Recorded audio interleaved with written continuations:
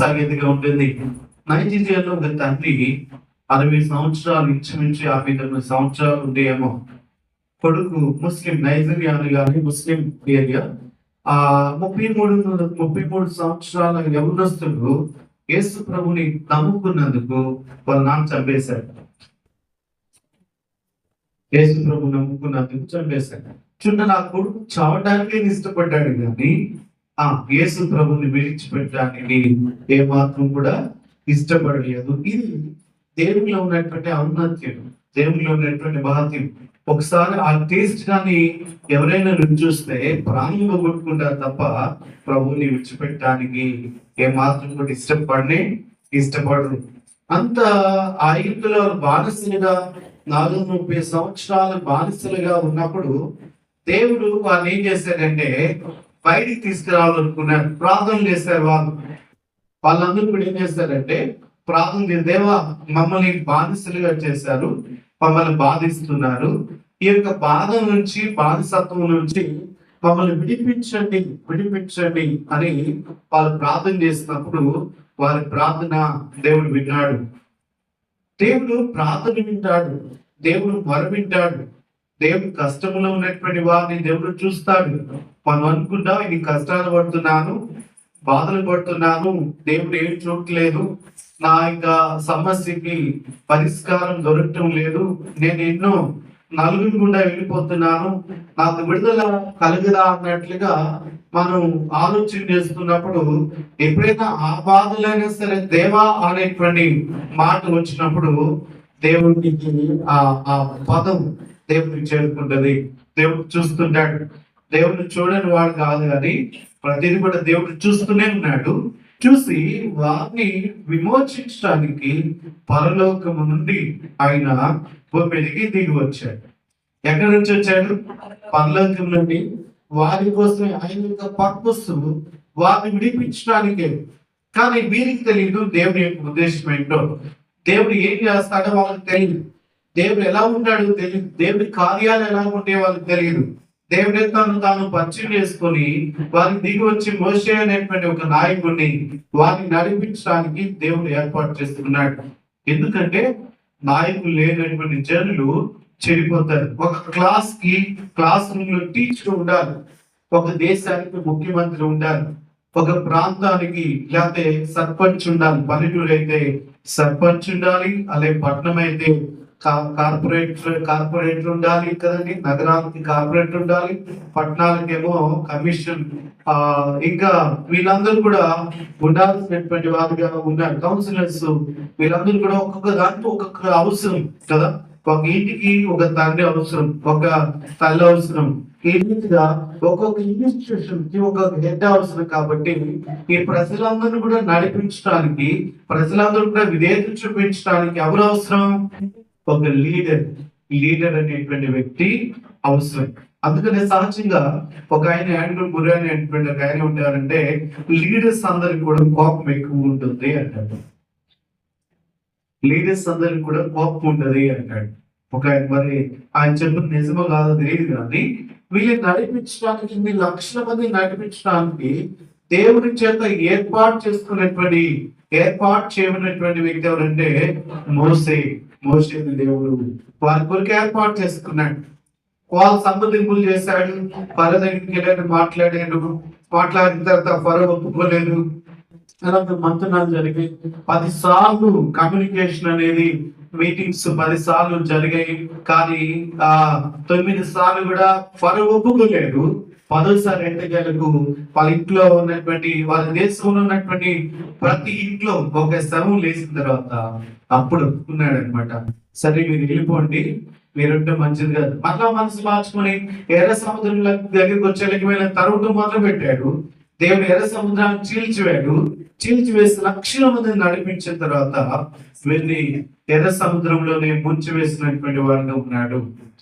చూడండి, ఎవరైతే గుర్తులు తీస్తారో, ఎవరైతే కుట్రలు పొందుతారో, ఎవరైతే హింసించడానికి ప్రయత్నం చేస్తారో, ఎవరైతే అన్ని అవసరం లేనటువంటి వాటిలోకి వెళ్ళిపోతారో వాళ్ళు తీసుకున్న గోతుల్లో వాళ్ళు పడతారు. కాబట్టి దేవుని ప్రజలుగా మనం ఎట్లా ఉండాలని విమోచించుకున్నటువంటి ప్రజలుగా ఆత్మీయ జీవితంలో మనం పాప బంధకాల నుంచి విమోచించబడిన తర్వాత మనం ముందుకి వెళ్ళాల్సినటువంటి అవసరత ఎంతైనా ఉంది. మనం ఎట్లా వెళ్ళాలి? ముందుకే వెళ్ళాలి, వెనక్కి వెళ్ళకూడదు. కొంతమంది వెనక్కి వెళ్తుంటారు కదా. వెనక్కి ఎవరు వెళ్తారు? చిన్నప్పుడు అనేవాళ్ళు అనమాట, దెయ్యానికి కాళ్ళు వెనక్కి తిరిగి ఉంటాయి, తల కూడా అప్పుడప్పుడు వెనక్కి తిరిగి పెట్టేస్తుంది, హృదయం అయితే తల నన్ను నెత్తి మీద పెట్టుకుంటుందని భయపెట్టారు. దెయ్యాన్ని వెనక్కి కానీ మనుషులు మాత్రం ముందుకు వెళ్తారు. మన ఆత్మీయ జీవితంలో మనం వెనక అందేసేటువంటి వారికి ఉన్నామా, ముందుకు వెళ్ళే వారికి ఉన్నామా? కేరళ రాష్ట్రానికి వెళ్ళినప్పుడు ఒక విషయం మమ్మల్ని గతించింది. ఏంటంటే వాళ్ళు టైంకి ప్రయాణిస్తారు. 10 గంటలు అంటే 5 నిమిషాల దగ్గర 10 గంటలకి అందరూ ప్రార్థనలో ఉంటారు. మన ఆంధ్రలో ఆరంభస్తులు అన్నట్లుగా మనం నేర్చుకోవాల్సిన ఎంతో ఉంది. మనం నేర్చుకుంటున్నామంటే మనం కూడా ఖచ్చితంగా ఉండటానికి మనం ప్రయత్నం చేస్తాం కదా. దేవుడు అన్నాడు కదా, ఎర్ర సముద్రానికి వచ్చేలేకి మీరు వెనక్కి తిరిగి చూడొద్దు, మీరు ముందుకు వెళ్ళమన్నాడు. అలాగా దేవుడు వారిని నడిపించే క్రమంలో వారితో నివసించడానికి ఆయన ఆశపడినటువంటి వాడు ఉన్నాడు. మోషేతో చెప్తున్నాడు, నాకు ఒక ప్రత్యక్షమైనటువంటి గుడారాన్ని నువ్వు నిర్మించడానికి ఒక వ్యక్తిని నేను ఏర్పాటు చేసుకున్నాను, ఒక వ్యక్తిని నేను ఎంచుకున్నాను, ఆయన నేను పిలిచానని మోషేతో చెప్తున్నాడు దేవుడు. మోషే నా గుడారాన్ని నిర్మించడానికి యూదా గోత్రంలో నుండి ఊరు కుమారుడైనటువంటి బెస్లేలుని నేను ఏర్పాటు చేసుకున్నాను. పేరు చెప్పండి, ఏం పేరు? బెస్లేలు. యూదా గోత్రములో నుండి దేవుడు ఒక వ్యక్తిని ఏర్పాటు చేసుకున్నాడు. ఆయన పేరు ఏంటంటే బెస్లేలు. బెస్లేలు అనేటువంటి మాటకు హెబ్రీలో అర్థం ఏంటంటే in the shadow of L, in the shadow of L అని అర్థం. అంటే షాడో అంటే ఏంటి అర్థం? నీడ. దేవుని నీడలోనికి వచ్చినటువంటి వాడు, దేవుని నీడలోనికి పిలువబడినటువంటి వాడు. దేవుడు తన నీడలోనికి ఎవరిని పిలుస్తున్నాడంటే బెస్లేలుని పిలుస్తున్నాడు. దేవుడు తన యొక్క ఎండలో ఉన్నటువంటి వ్యక్తిని, దేవుని ఉగ్రతలో ఉన్నటువంటి వ్యక్తిని దేవుడు తన నీడలోనికి బెస్లేలుని పిలిచినటువంటి వాడుకున్నాడు. 3 రకాలైనటువంటి షాడోలు చూపించి మనం షేడింగ్ అవుదాం, ఫేడ్ కాకుండా షేడ్ అవుదాం. 3 రకాలైనటువంటి నీడలు మనం చూద్దాం దేవుడి యొక్క వాక్యంలో. ఆదికాండ గ్రంథం 19వ అధ్యాయం 9వ వచనం.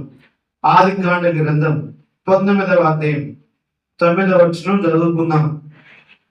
ఈ మనుషులు నా ఇంటి నీడకు వచ్చున్నారు కనుక వారిని నిర్మించకూడదని చెప్పినప్పుడు, చూడండి ఇక్కడ ఒక ఫస్ట్ షాడో ఏంటంటే ద హౌస్ ఆఫ్ షాడో. ఏంటంటే చెప్పండి, షాడో ఆఫ్ హౌస్, ఇంటి నీడ. లేకపోతే నా పంచ కిందకు, లేకపోతే మా ఇంట్లోనికి వీళ్ళు వచ్చి ఉన్నారు. ఎక్కడున్న ఇల్లు? సొదొమలో ఉంది, సొదొమ పట్టణంలో ఉంది. ఆ ఇల్లు సొదొమ పట్టణంలో ఉంది. ఈ లోకంలో మనం చూస్తే సొదొమ దేనికి గుర్తుగా ఉందంటే ఆడవాళ్ళు చేసుకోవడానికి, మగవాళ్ళు చేసుకోవడానికి, లైంగికమైనటువంటి పాపానికి గుర్తుగా ఉన్నట్లుగా మనం చూస్తున్నాం. పాపానికి, అక్రమమైనటువంటి జీవితాలకు ఈ సొదొమ గుర్తుగా ఉంది. వీళ్ళు ఎక్కడికి వచ్చారంటే సొదొమ నీళ్ళలోకి వచ్చారు. పాపం ఇష్టమైనటువంటి నీడలో ఉన్నటువంటి వాళ్ళుగా మనం చూస్తున్నాం. ఒకటి ఏంటి అని చెప్పండి, క్రమానికి కాకుండా అక్రమానికి వెళ్ళేటువంటి నీడ. అందుకని దేవుడు వాక్యం తెలియచేస్తుంది, దేవుడు ప్రతిదీ కూడా క్రమంగా చేశాడు. 1వ రోజు వెలుగు చేశాడు, 2వ రోజు ఆకాశం చేశాడు, మూడో రోజు నేలను చేశాడు. 4వ రోజు సూర్య చంద్ర నక్షత్రాలను చేశాడు. 5వ రోజు ఆ మనకి వండుకోవడానికి చేపలు, ఆకాశం లేకడానికి పక్షులు, 6వ రోజు అడవిలో ఉన్నటువంటి జంతువులు, అంతేకాకుండా వారితో కలిసి నివసించడానికి మనుషులను కూడా దేవుడు క్రమంగా చేశాడు. ఆయన క్రమంగా చేసినప్పుడు ఏ జంతువు కూడా ఎవరికి హాని తలపెట్టలేదు. సింహం ఉంది, పులి ఉంది, ఎలుకబంటి ఉంది, పాము ఉంది. ఆ క్రూరమైనటువంటి జంతువులు అప్పుడే ఉన్నాయి. కానీ ఏ జంతువు కూడా మనిషికి కానీ హాని, లేకపోతే మనిషికి ఏ జంతువు కూడా హాని తలపెట్టలేదు. అంత క్రమంగా దేవుడు చేశాడు. ఈ క్రమం ఏంటి? ఇందులోకి వచ్చి అక్రమం అయిపోయి స్వచ్ఛమైనటువంటి ప్రేమ లేదు, స్వచ్ఛమైనటువంటి పలకింపు లేదు, స్వచ్ఛమైనటువంటి ఆనందం లేదు, స్వచ్ఛమైనటువంటి జీవితం లేదు. ఆ క్రమానుసారమైనటువంటి జీవించేటువంటి ఈ రోజుల్లో అంతా ఆ న్యాచురల్ కంటే కూడా ఆర్టిఫిషియల్ గా కొనసాగుతుంది.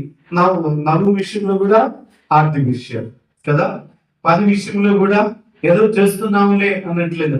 ప్రతిదీ కూడా ఆ సంతృప్తికరమైనదిగా లేకుండా ఉంది. కానీ మనిషి ఇట్లా ఉన్నాడంటే క్రమాన్ని తప్పినటువంటి వాడుగా ఉన్నాడు. టైం తగ్గిపోతున్నాం, బ్రతుకులు తగ్గిపోతున్నాం, మంచి మాటలు వినటంలో తగ్గిపోతున్నాం, పెద్దవాళ్ళు మంచి చెప్పినటువంటి మాటల విషయంలో తగ్గిపోతున్నాం. ప్రతిదీ తప్పుడు అడగలే, తప్పుడు లోనికి వెళ్ళటానికే ఇష్టపడుతున్నారు తప్ప క్రమంలోనికి రావడం లేదు. దీని ఏమన్నారంటే ద షాడో హౌస్. నా ఇంటి నేడుకు వీళ్ళు వచ్చి ఉన్నారు. ఇంటి నేడు, ఇంట్లో ఉన్నటువంటి నీడు ఇది సొదొమ పట్టణంలో ఉన్నటువంటి నీడ. రెండవది దేవుని వాక్యంలో మనం చూస్తాం. యెషయా గ్రంథం 30వ యెషయా గ్రంథం 30వ షాడో ఆఫ్ ఈజిప్ట్. వారు నా నోటి మాట విచారణ చేయక, నా నోటి మాటను విచారణ చేయక ఫరో బలం చేత తాము బలపరుచుకునేటకు ఐగుప్తు నీడను శరణుచుటకు ఐగుప్తులకు ప్రయాణం చేయుదురు. చాలా మంది జీవితాలు ఎలా ఉంటుంది అంటే దేవుని యొక్క మాట విచారణ చేయటం లేదు. దేవుని చిత్తం ఏంటి? నా బ్రతుకులో మందిరాన్ని తీసుకొచ్చు వస్తున్నాడు కదా, మందిరానికి నాకు ఉన్నటువంటి సంబంధం ఏంటి? రక్షించబడినటువంటి నేను ఎక్కడ నివసించాలి? పాపిస్టోల మధ్యలో నివసించాలా? ప్రభు నమ్మిన వాళ్ళ మధ్యలో నివసించాలా? లేకపోతే జీవితం అంతా లోకంలో గడపాలా? దేవుని మందిరంలో నా కాలం నిలుచాలా? దేవుని దగ్గర విచారం చేయడానికి నేను రావాలి కదా, దేవుని యొక్క మందిరంలో నేను ఉండాలి కదా. దేవుని యొక్క మందిరంలో కాకుండా దేవుని యొక్క విచారణ చేయకుండా ఫరో బలం చేత తాము బలపరచుకోవడానికి లోక సంబంధమైనటువంటి బలం చేత, లోక సంబంధమైనటువంటి ధనము చేత దేవుని యొక్క మందిరాన్ని విస్మరిస్తూ లోకంలో ఏదో సాధిద్దామని లోక సంబంధమైనటువంటి బలాన్ని పొందుతున్నటువంటి వారి గురించి అంటున్నాడు కదా. వారు నా నీడను కాదు ఆశ్రయిస్తుంది, ఐగుప్తు నీడను ఆశ్రయిస్తున్నారు. చాలా మంది జెంట్స్ అంటే మేము బలానికి ప్రతీక అనుకొని ఏం చేస్తున్నారంటే దేవుని సార్ మీరు ప్రార్థనకి వెళ్ళండి, మేము పనికి వెళ్తాం. దేవుని యొక్క మాట మీరు వినుము, మీకు కూడా మా మాట వినొద్దు. భార్యలైనటువంటి వాళ్ళు మీరు కూడా నా మాట వినొద్దని ఒక మెసేజ్ ఇస్తున్నారు. కానీ నేను దేవుడి యొక్క మాట వింటాను, నువ్వు కూడా నా మాట వినాలి అని మెసేజ్ ఈ దినాల్లో లేదు. మిస్యూజ్ అవుతున్నారు, మిస్ఇంటర్ప్రిటేషన్ జరుగుతుంది, మిస్కమ్యూనికేషన్ చేస్తున్నాం మా జీవితాల్లో. కాబట్టి దేవుని వాక్యం తెలియజేస్తుంది కదా, వాళ్ళు ఐగుప్తులో ఉన్నటువంటి బలం పొందడానికి వెళ్తున్నారు. కానీ దావీదైతే దేవుడే నా బలం అంటూ వచ్చాడు. గొలియాతుని జయించే బలం దావీదుకి దేవుడు ఇచ్చాడు. ఈ లోకంలో నువ్వు ఎంత కాలంలో సరే జయించే అనుభవం నీకు రావాలంటే, నువ్వు ఎక్కడికి రావాలంటే దేవుని సన్నిధికి రావాలి. దేవుని మాటని నమ్మిన వ్యక్తిగా నువ్వు ఉన్నప్పుడు నీ జీవితంలో ఏం కలుగు చేస్తున్నా అంటే విజయాన్ని కలుగు చేసేటువంటి వాడు ఉన్నాడు. అందుకని ఏమన్నాడంటే వారు ఫరో బలము చేత తమను తాము బలపరుచుకునేటకు ఐగుప్తు నీరును శతచుటకు ఐగుప్తుకి ప్రయాణం చేస్తున్నారు. దేవుడి యొక్క మందిరానికి ప్రయాణం చేయటం లేదు.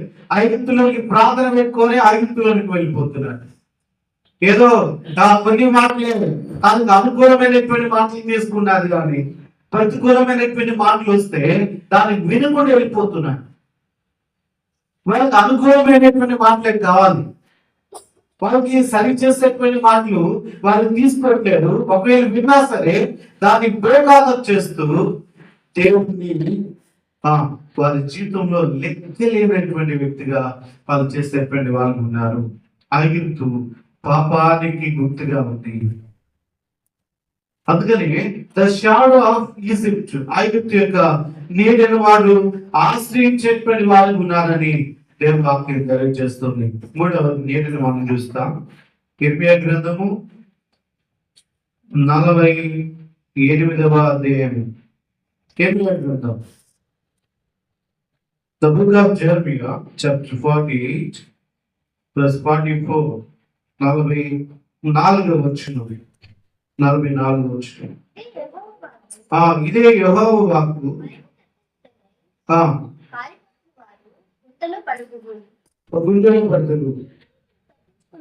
గుండెలను తప్పించుకుని వాడు ఊర్లో చిక్కుకొందరు. మోయాబు మీదకి విమర్శ సంవత్సరం నేను రప్పించుచున్నాను. ఇదే యెహోవా వాక్కు.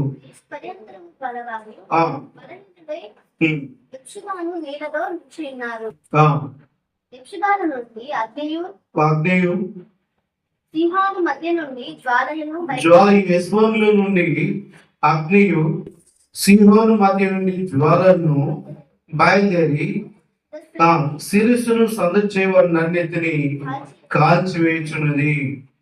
ఇక్కడ ఏంటంటే మనం ఇంకొక మాట చూసినప్పుడు ద షాడో ఆఫ్ హెష్బోన్ యొక్క నీడలో వాళ్ళు ఉన్నవారుగా మనం చూస్తున్నాం. హెష్బోన్ యొక్క నీడ, ఈ హెష్బోన్ యొక్క నీడ దేనికి తెలియజేస్తుందంటే ద రాయల్ సిటీ ఆఫ్ సీహోను. అమోరీయులైనటువంటి రాజు గుర్తుగా మనం చూస్తాం. సంఖ్యాకాండం 21వ అధ్యాయము 25వ వచనం. సంఖ్యాకాండం 21-25వ వచనాన్ని మనం చదువుకుందాం. అయినను ఆ పట్టణాలన్నింటినీ పట్టుకుని ఇశ్రాయేలు అమోరీయుల పట్టణాలన్నింటిలోను హెష్బోనులోను. చూడండి, హెష్బోన్ అనేటువంటిది ఎవరి పట్టణము? ఎవరి పట్టణం చెప్పండి? అమోరీయుల పట్టణం. కాబట్టి షాడో ఆఫ్ అమోరీయుల యొక్క నీడలో వాళ్ళు ఉంటుండగా ఆ యొక్క నీడలో నుంచి, అంటే లగ్జరియస్ లైఫ్ లో నుంచి, లగ్జరియస్ గా ఉండేటువంటి పరిస్థితుల్లో ఆ నీడలో వాళ్ళు ఉంటుండగా వారి యొక్క సిచ్యువేషన్ లో నుంచి దేవుడు ఏం చేస్తాడంటే ఎవరిని పిలుస్తున్నాడంటే బెస్లేలు పిలుస్తున్నాడు. బెస్లేలు, you come out of the shadow of Sodoma, you come out of the Egypt, you come out of the Heshbon. దీంట్లోంచి నువ్వు ఈ నీడలో నుంచి నువ్వు బయటికి రావాలి. అందుకని బైబిల్ తెలియజేస్తున్నటువంటి మాట ద షాడో డెత్ అనేటువంటి విషయాన్ని మనకి జ్ఞాపకం చేస్తుంది. మరణపు నీడలో ఈ రోజుల్లో ఎక్కడున్నారంటే మనిషి మరణపు నీడలో ఉన్నాడు. ద షాడో ఆఫ్ డెత్ దాంట్లో ఉన్నటువంటి వాడుగా ఉన్నాడు. కనుక ఈ యొక్క మరణం నేట్లో నుంచి దేవుడు విడిపించడానికి ఆయన ఈ లోకానికి వచ్చి ఆ యొక్క ఉగ్రత తానే భరించినటువంటి వాడిగా మనం చూస్తున్నాం. ప్రియుల బెస్లేలు దేవుడు పిలుస్తున్నాడు. బెస్లేలు నువ్వు ఎక్కడికి రావాలంటే ఆ దేవుడి యొక్క పిలుపుని నువ్వు వినాలి. పిలుపుని వినాలి. బెస్లేలుని దేవుడు పిలిచినటువంటి వాడుకున్నాడు. చాలాసార్లు దేవుడు మనల్ని పిలుస్తున్నాం, మనం వినలేనటువంటి ఆ ఎన్నో సార్లు దేవుడు వచ్చి పిలుస్తున్నాం, మనం వినలేనటువంటి వారు. ఎన్నిసార్లు వాక్యం విన్నాం, వాక్యం విన్నప్పుడల్లా దేవుడు పిలుస్తున్నాడు. నీలో చేర్చాలని ఆయన తాపత్రయపడుతున్నాడు. మన యొక్క మూర్ఖ స్వభావం నుంచి విడిపించబడాలని దేవుడు కోరుకుంటున్నాడు. దేవుని అర్థం చేసుకోవాలని, దేవుని యొక్క వాక్యాన్ని కాంప్రహెండ్ చేయాలని ఆయన చాలా సార్లు మనకి తాను బయలుపరుచుకొని ఆయన్ని ఆయన్ని మనం అర్థం చేసుకోవాలని దేవుడు ఎన్నో రీతులుగా ప్రయత్నం చేస్తున్నాడు. మనల్ని అర్థం చేసుకుంటాం ఈజీ, కానీ మనం దేవుని అర్థం చేసుకోవటం మాత్రం చాలా కష్టమైనటువంటి పనిగా మనం ఆలోచించాల్సిన వారికి ఉన్నాం. ఆయన ఏ మేరకు అర్థం చేసుకుంటున్నాం, ఎంతవరకు ఆయనని మనం అర్థం చేసుకోగలుగుతున్నాం. ఆయన యొక్క ఉద్దేశం ఏంటంటే ఆయన నీళ్ళలోనికి మనం రావాలని. కీర్తన గ్రంథం 91వ కీర్తన, కీర్తన గ్రంథం 91వ కీర్తన మనకి తెలియజేస్తున్నటువంటి మాట ఏంటంటే మహోన్నతుని చాటున సర్వశక్తి నీడను విశ్రమించేవాడు ఎక్కడికి రావాలండి? ఐగుప్తు నీళ్ళ నుంచి, హెష్బోను నీళ్ళ నుంచి, ఇంకా మోయాబు, హెష్బోను నీళ్ళ నుంచి, ఈజిప్ట్ నీళ్ళ నుంచి, మగ్నపు నీళ్ళ నుంచి. యోబు గ్రంథం 3వ అధ్యాయం 5వ వచనం మనం చూస్తాం. యోబు గ్రంథం 3వ అధ్యాయం 5వ వచనం. The book of Job chapter చీకటియు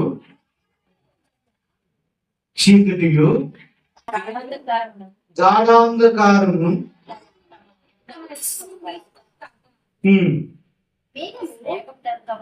మేఘము దానిని కమ్మును గాక, అంధకారము బెదిరించును గాక, అంధకారము ఆ రాత్రిని పట్టుకొను గాక. ఇక్కడ ఏమన్నాడంటే షాడ్ ఆఫ్ డెత్ గురించి మాట్లాడుతున్నాడు.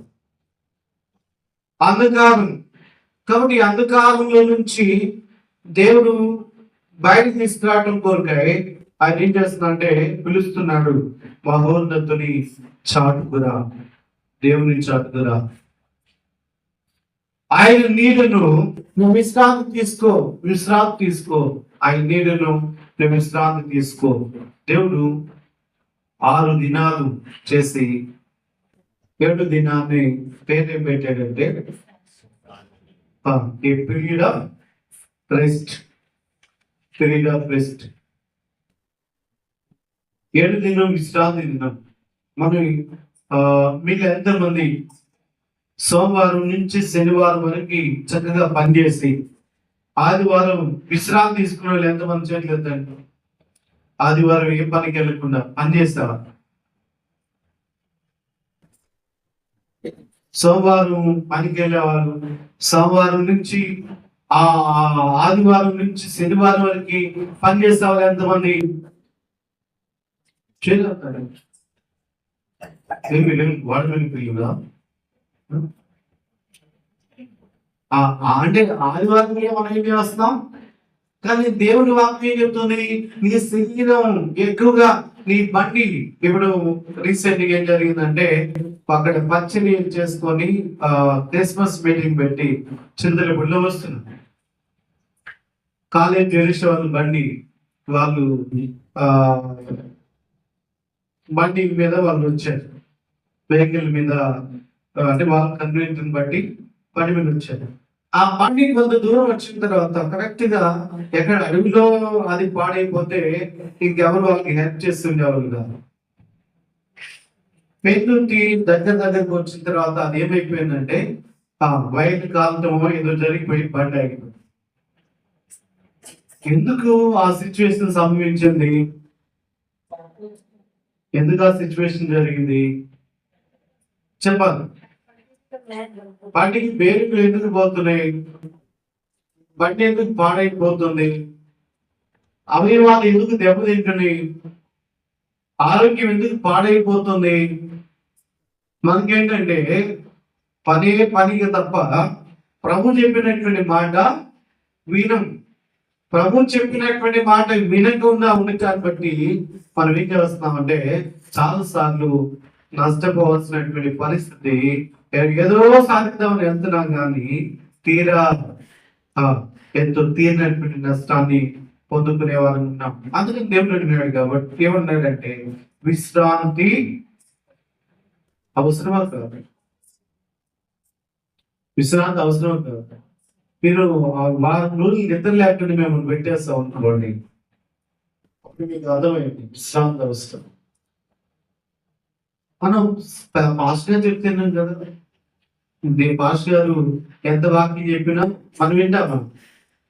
డాక్టర్ గారు చెప్పామనుకో, రే నువ్వు అయిపోతావు అన్నాడంటే అమ్మమ్మ అప్పుడు గుర్తు వస్తుంది అనమాట. ప్రాణం కాపాడుతున్న దేవుడు గుర్తురాడు, వాక్యం చెప్తున్న సేవకు లేక మాట లేకుండదు కదా. అందుకని స్టార్టింగ్ లో దేవుడు మాట్లాడాలనుకున్నప్పుడు పాస్టర్ గారితో మాట్లాడాడు. పాస్టర్ గారి ద్వారా లాస్ట్ లో మాట్లాడాలనుకున్నప్పుడు డాక్టర్ గారి ద్వారా చెప్పిస్తాడు, అయ్యో అబ్బాయి నీ పని నీ ఎముకలు అరిగిపోయి నీకు మోకాలు నొప్పులు, నువ్వు అంటావు అయ్యా నాకు మోకాలు నొప్పులు వస్తున్నాయి. అప్పుడే చెప్పాడు, నువ్వు వినలేదు. నువ్వెక్కువ ఓవర్లోడ్ వేసావు, ఓవర్ చేస్తావు. ఇదంతా నీకు స్పీడ్ బ్రేకర్ లేదు. దేవుడు రోజు బ్రేక్ అయిపోతుంది.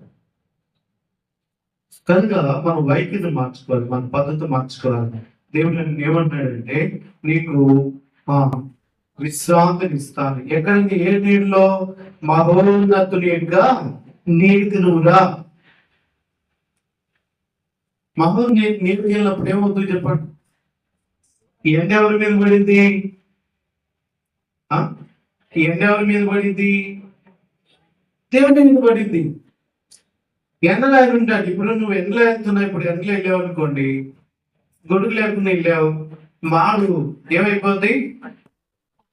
మాడు బాగా. అదే గొడుగు వేసుకుని వెళ్తే గొడుగు కాలిది. దేవుని నీకు గొడుగుగా ఉండటానికి ఆయన ఆశపడుతుంటే నువ్వు గొడుగు లేకుండా వెళ్తా అంటే ఎవరికి మాడిందంటే మనకే పని. అందుకని బహున్నతుని చోటున ఉంటే పగలు ఎండ దెబ్బ తగదన్న ఉద్దేశం అదే. ఆయన మాట వింటే నీకు ఎండ దెబ్బ తగలదు. ఆయన మాట వినకపోతే నీకు దెబ్బ తగులుతూనే ఉంటుంది కానీ బుద్ధి రాదు. ఎన్నిసార్లు దెబ్బతిన్నా కొంతమందికి ఎట్లా ఉంటుంది అంటే బుద్ధి రానే రాదు, ఇంకా మోసపోతూనే ఉంటాడు.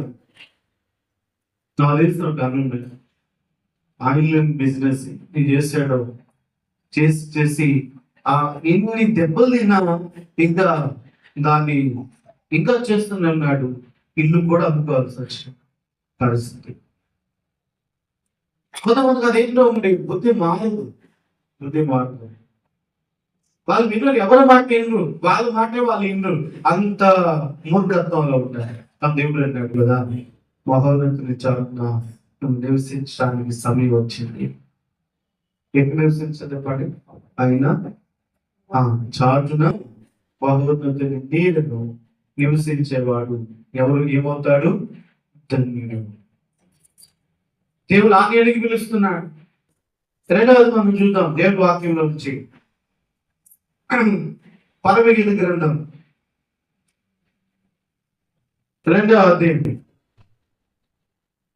3వ వచనం. పరమగీత గ్రంథము అడవి వృక్షములలో జలధర వృక్షం ఎట్లున్నదో పురుషులలో నా ప్రియుడు అట్లున్నాడు.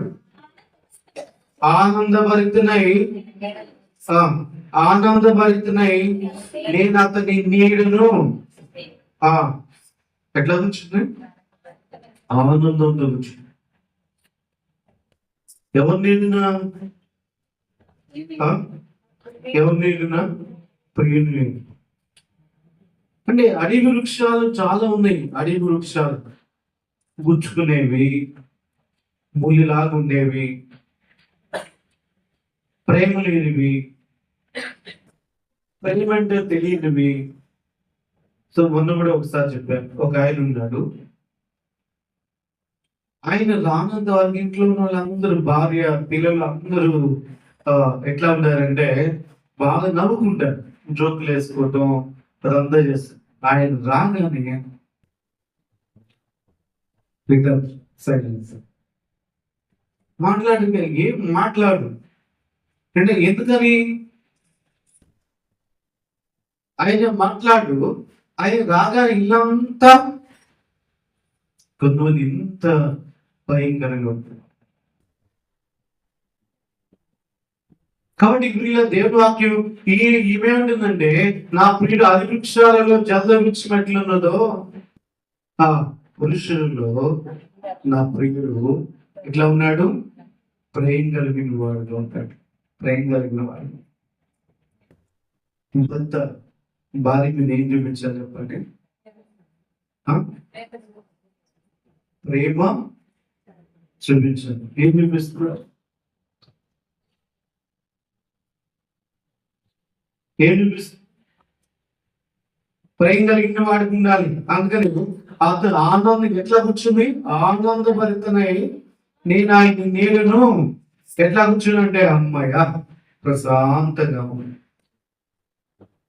ఆయన నీళ్ళలో కూర్చున్నాను, నువ్వు ఆయన నీళ్ళలో కూర్చున్నావా? అది ఆనందంతో కూర్చున్నావా?